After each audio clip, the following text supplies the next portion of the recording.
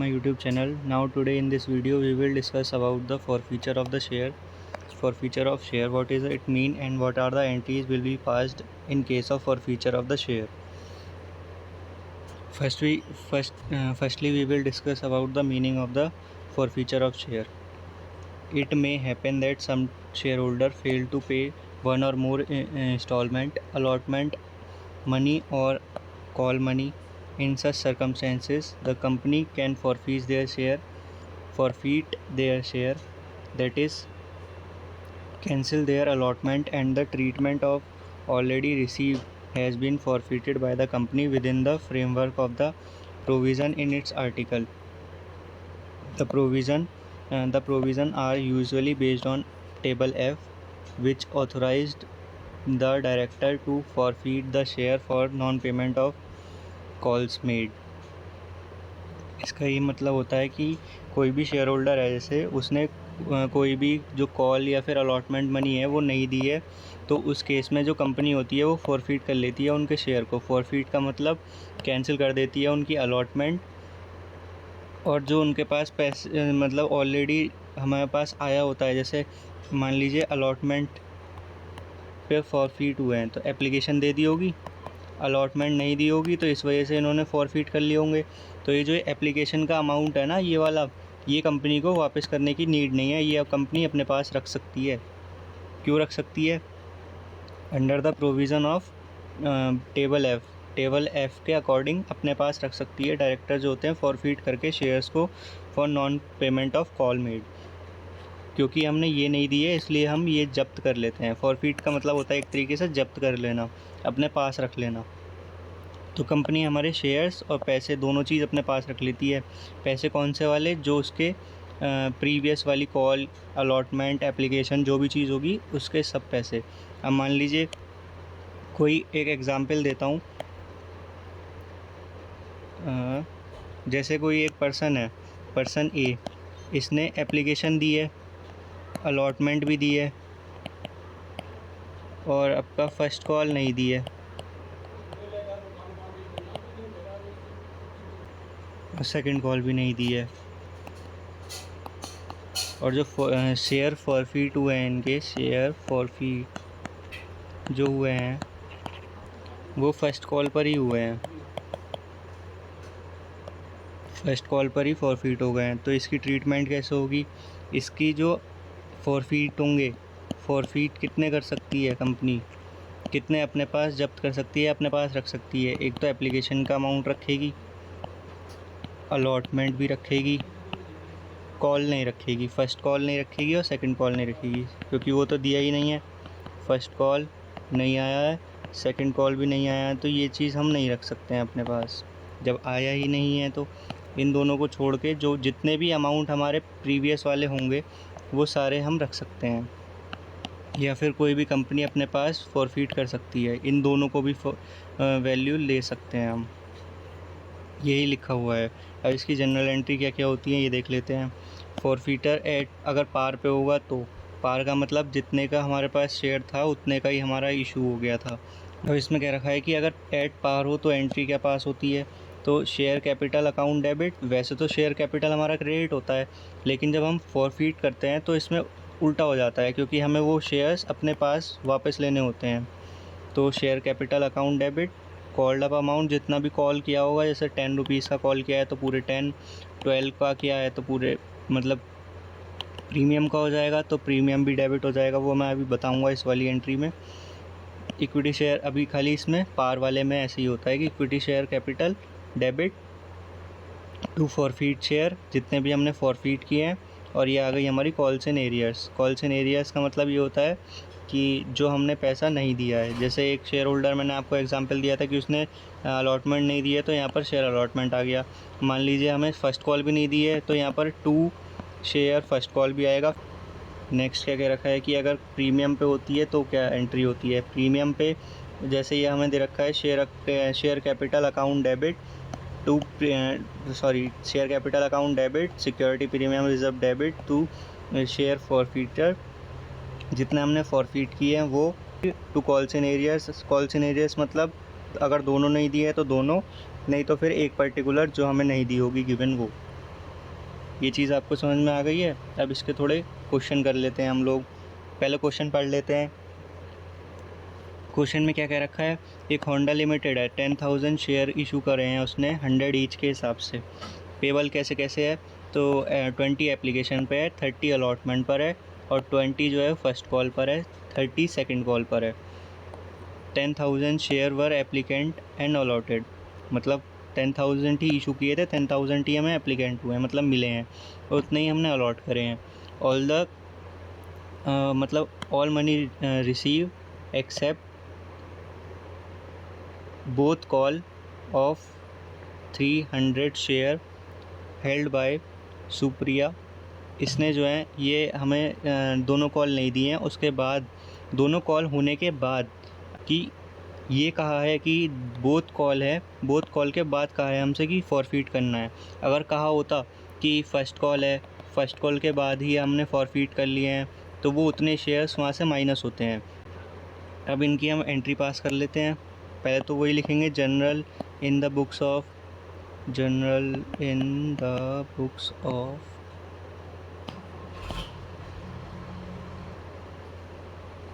Honda limited. अब इसमें date वगैरह नहीं दी है तो T1 ट्रांजेक्शन 1 डालेंगे। इन्होंने कहा है कि पूरी जितनी भी शेयर है उसकी सबकी पूरी एंट्री पास करनी है, तो फिर स्टार्टिंग से पास करेंगे। Bank account debit to equity share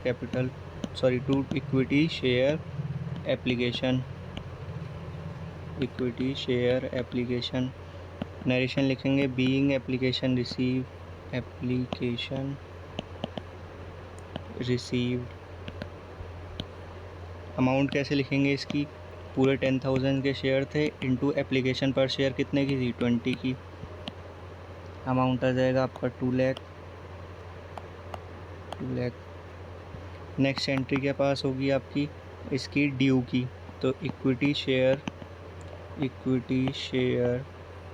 application debit to equity share capital. Narration क्या लिखेंगे हम लोग, बीइंग एप्लीकेशन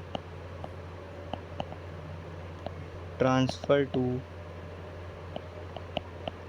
कैपिटल। अमाउंट कैसे आएगी, पूरी वही आएगी, 2 lakh and 2 lakh.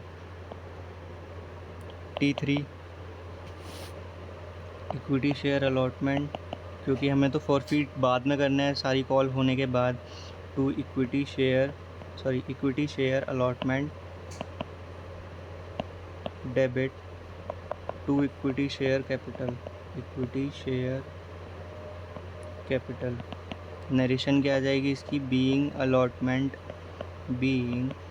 Allotment due.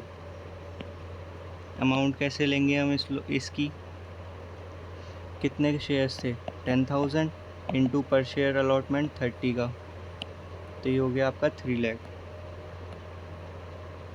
और आपका 3 lakh. Next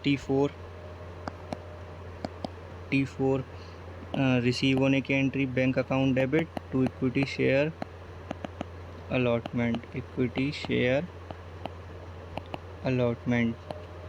debit being allotment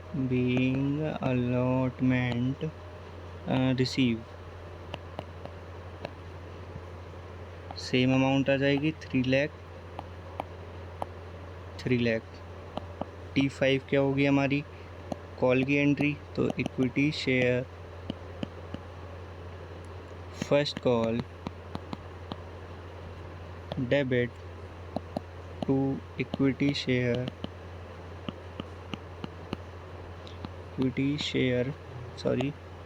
capital. Amount वो नरेशन क्या आएगी, being first call due. Amount 10,000 shares थे इनटू आपकी फ़र्स्ट कॉल कितने पर शेयर की थी, 20 की, तो 20। अमाउंट आएगा आपका 2 लाख, अगेन 2 लाख। T6 क्या होगी आपकी रिसीव की entry, bank account debit to equity share first call being first call receive. Amount आपकी आ जाएगी 2 लाख, सेम अमाउंट आएगी नीचे भी 2 लाख की। नेक्स्ट एंट्री पास करनी है आपको सेकंड कॉल की, तो equity share second call, equity share second call debit to equity share capital.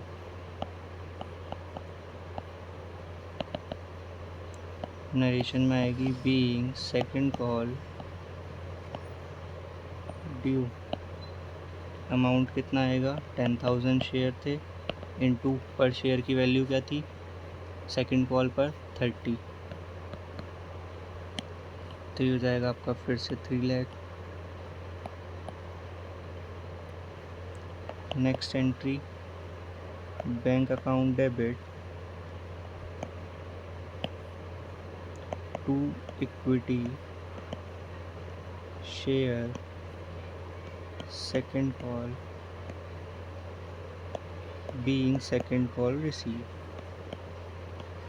Second call receive. Amount तो आपकी सेम ही रहेगी 3 लाख।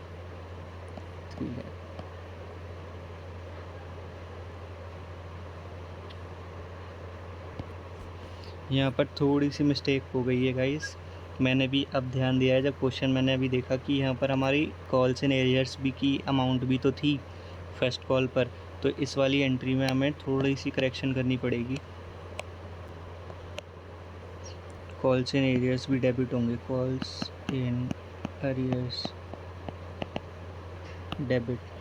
अब इसकी अमाउंट देख लेते हैं हम लोग कैसे आएगी। बैंक की अमाउंट भी आपकी चेंज हो जाएगी।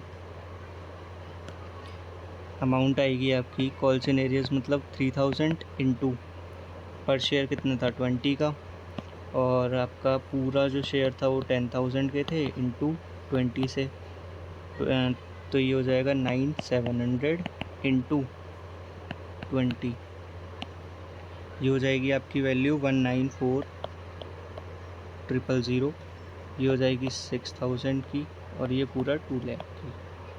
इस वाली एंट्री में भी थोड़ी सी प्रॉब्लम।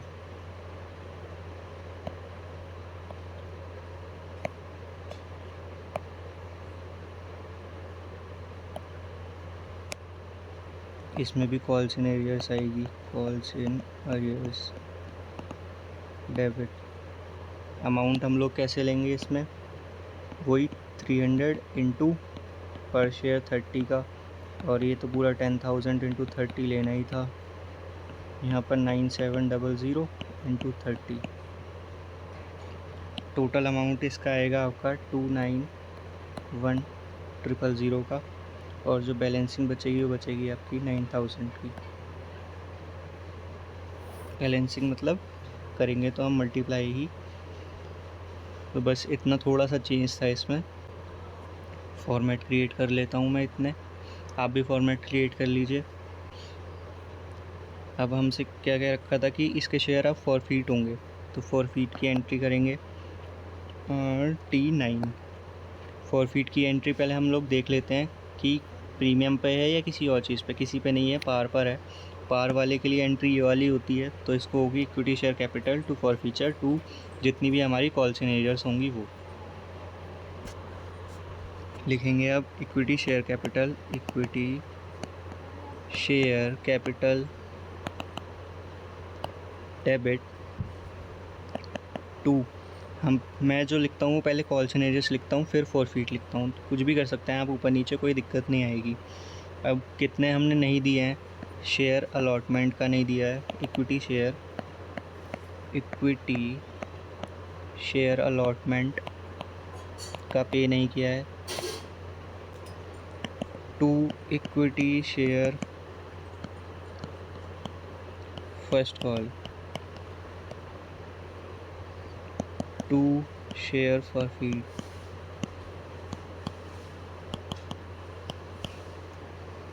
नरेशन हम लिखते हैं इसकी बीइंग, कितने शेयर्स थे, 300 शेयर्स forfeited for non-payment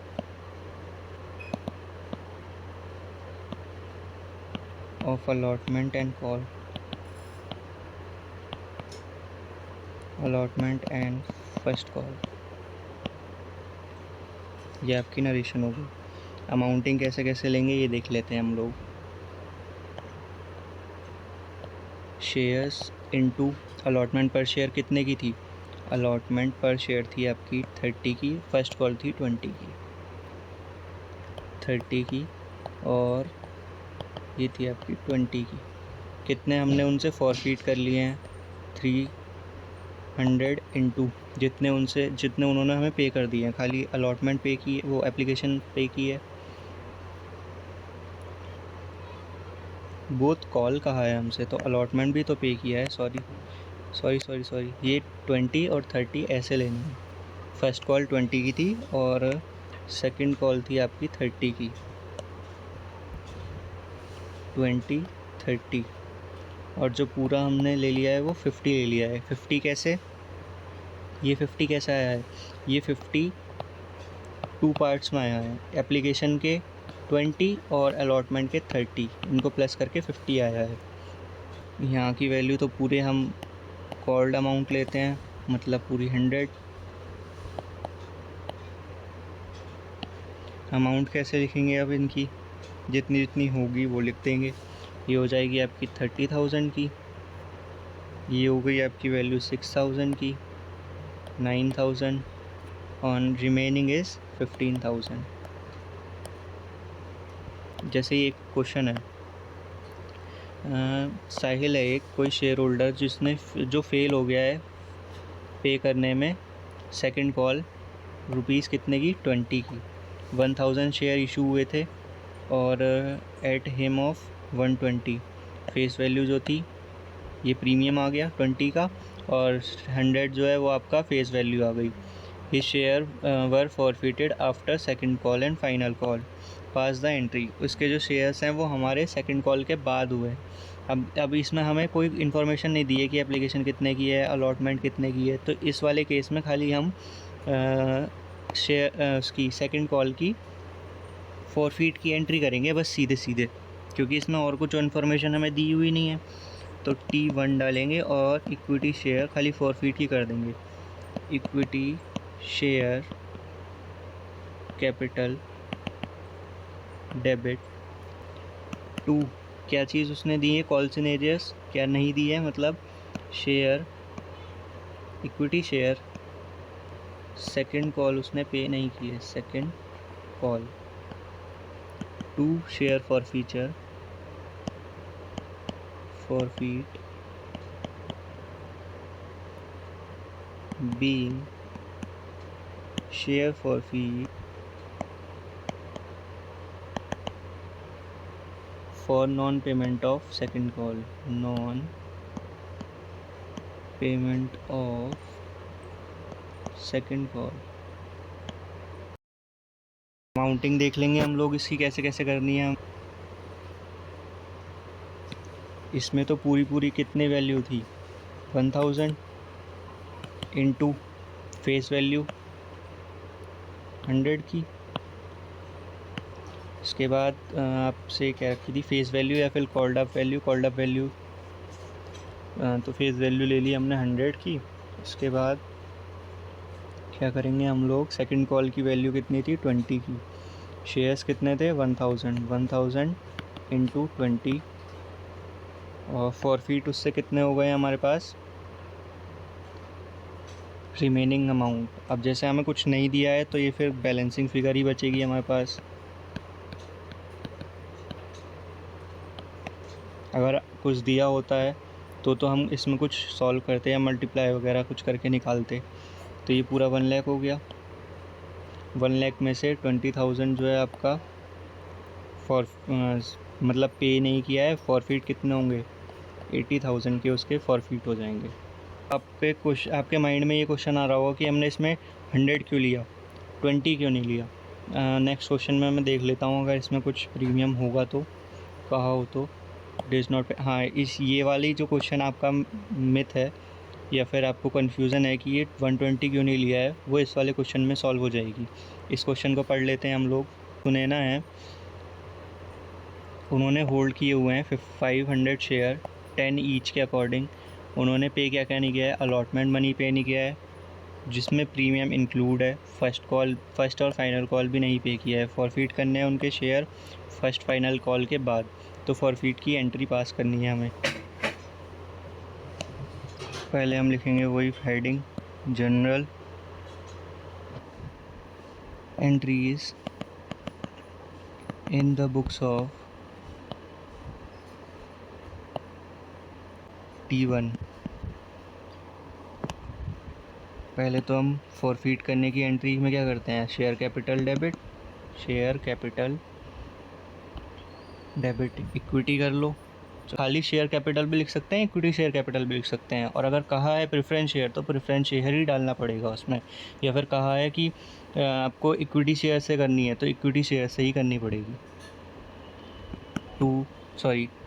अब इसमें इन्होंने कहा है कि उन्होंने अलॉटमेंट नहीं दी है, जो कि अलॉटमेंट में हमारा पैसा इंक्लूड है प्रीमियम का, तो इसमें यहाँ पर आएगा premium, security premium reserve debit to, और क्या पे नहीं किया है आपका share allotment to share first call, first and final call, ये आपने पे नहीं किया है। और आपकी शेयर फॉरफीट की एंट्री हो जाएगी, कितने आपकी कंपनी ने फॉरफीट कर लिए हैं शेयर। नरेशन वही, being share forfeit for non payment of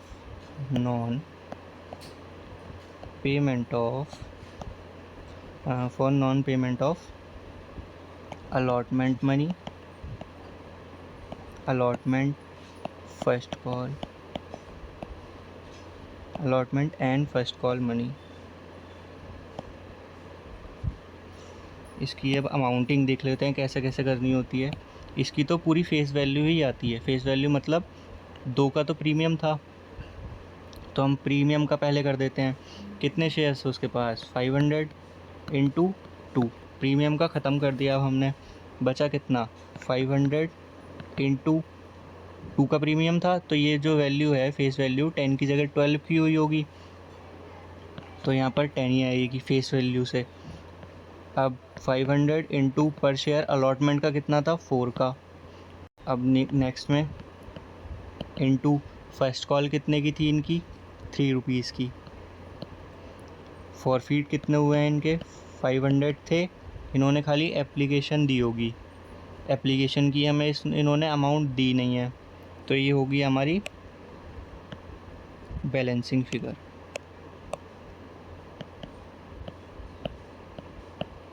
application की दी होती तो इन केस में हम आप कैलकुलेशन करके दिखाते।